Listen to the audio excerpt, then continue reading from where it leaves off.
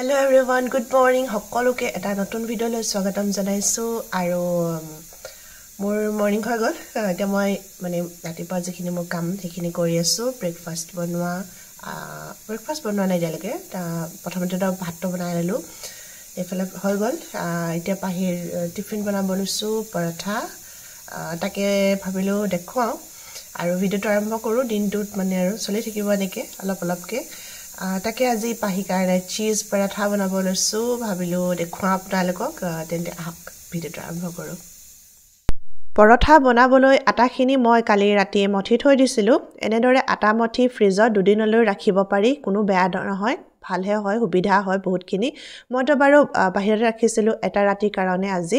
আৰু তাৰ পৰা এয়া আকৌ অলপমান মঠি ললো আৰু এনেকৈ এটা বল বনাই ললো। আৰু তাৰ পাছতে অলপমান শুকান আটা লগাই লম আৰু পাতলকৈ এখন মই ৰুটি বেলি লম। ৰুটিখন বেলি হৈ যোৱাৰ পাছত ইয়াতে মই অলপমান মিক্সড হাৰ্ব অৰেগানো সিজনিং দি দিছো আৰু ইচ্ছা কৰিলে ইয়াতে চিলি ফ্লেক্সো দি দিব পাৰে, তেতিয়া আৰু বেছি ভাল হ'ব। আৰু মাজতে দি দিলো মই এটা চিজ স্লাইচ। তাৰ পাছতে আকৌ অকমান শুকান আটা লগাই বেলি ললো। আৰু তাৰ পাছতে নৰ্মেল আমি যেনেকৈ পৰঠা বনাও দুইফালে ঘিউ লগাই এনেদৰে পৰঠাখন মই হেকি লম। আৰু দেখিছেনে কিমান ধুনীয়াকৈ ফুলি আহিছে। দেখিবলৈ বাৰু শেপটো ভাল হোৱা নাই, কিন্তু টেষ্টত যে ডাবল টেষ্টি ভাল হয় খাবৰ কাৰণে। ল'ৰা ছোৱালী দিলে যে একদম খুশ হৈ যাব, সেইটো গেৰাণ্টি বাৰু মই লৈ লৈছো। আৰু তাৰ পাছতে আহক চাওঁ গোটেইখিনি বনাই হৈ গ'ল মোৰ মানে। তাৰ পিছত এখন বোলো ফালি দেখাওঁ আপোনালোকৰ ভিতৰত কেনেকুৱা হৈছে।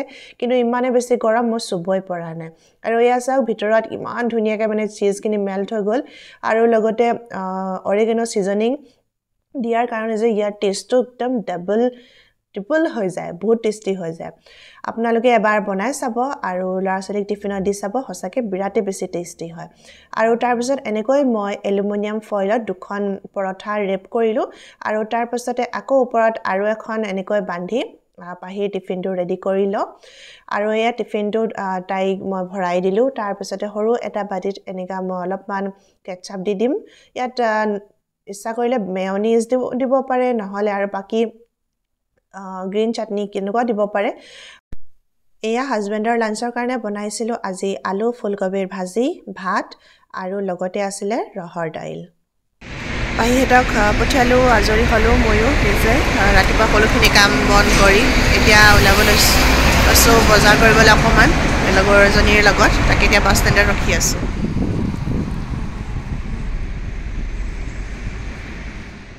আৰু বজাৰ পালোহি আমি। এনেকৈ ৰাস্তাতে বহে এখন বজাৰ, সকলো ধৰণৰ বস্তু ওলায়, সেইকাৰণে আহি ভাল লাগে।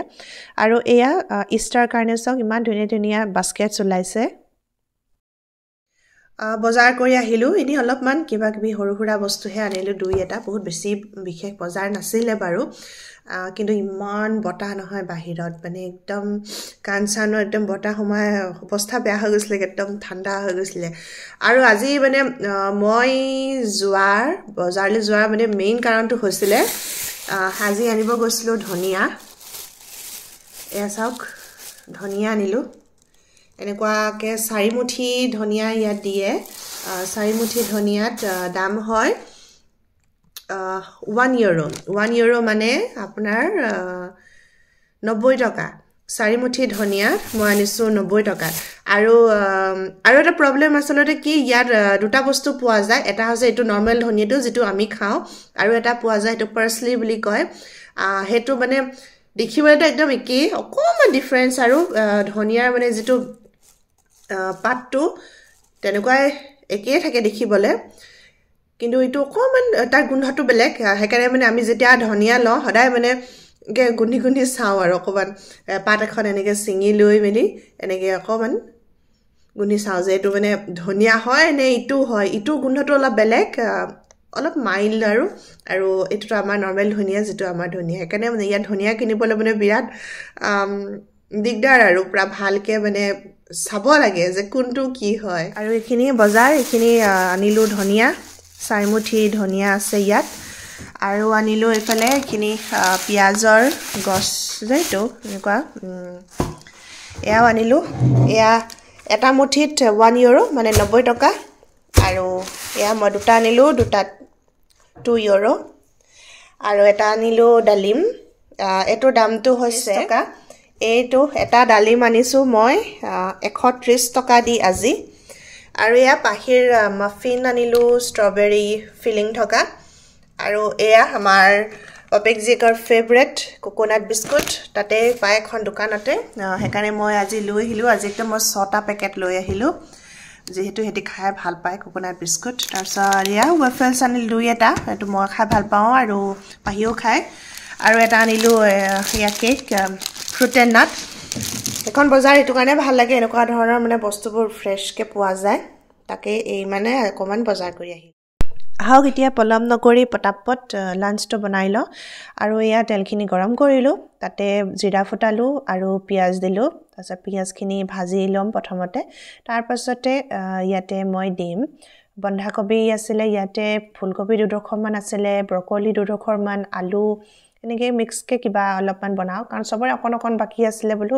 হেকাৰণে এনেকৈ বনাইছো এখন মিক্স ভাজিয়ে বনাম আৰু এফালে ভাজি হয় মানে মই ভাবিলো অলপমান এফালে সাফা চিকুন কামবোৰ কৰি লওঁ সবফালে সময় মিলাব লাগে যে নহলে আৰু ইয়া আমাৰ ভাজিখনো হৈ গ'ল সিম্পল ভাজি আজি এনেকৈ বনালো আজি ডাইল নকৰিলোৱে এনেকৈ ভাল লাগে গৰম গৰম ভাতৰ লগত গৰম গৰম এনেকুৱা হুকান কবিৰ ভাজি এখন আৰু লগতে অকমান জলকীয়া বা আচাৰ অলপ হলেতো আৰু কথাই নাই নহয় জানো আৰু পাঁচবেলা হল এয়া পাহি স্কুলৰ পৰা আহিলে তাৰ পিছত তাই মিউজিক যাব হল এয়া চাওক আজিকালি তাই অকলে যাব পাৰে ডাঙৰ হৈছে আৰু ছোৱালী লাহেকে মোৰ আজিৰ ভিডিওটো আৰু দীঘল নকৰো কেনে লাগিলে মোক কবলে নাপাহৰিব মই সদায় চেষ্টা কৰো কিবা এটা নতুন আপোনালোকৰ কাৰণে লৈ আহিবলে আৰু তেন্তে আজিলৈ আহিছো পুনৰ এটা নতুন ভিডিওৰ সৈতে আকৌ লগ পাম তেতিয়ালৈকে সকলো সুস্থ থাকক বাই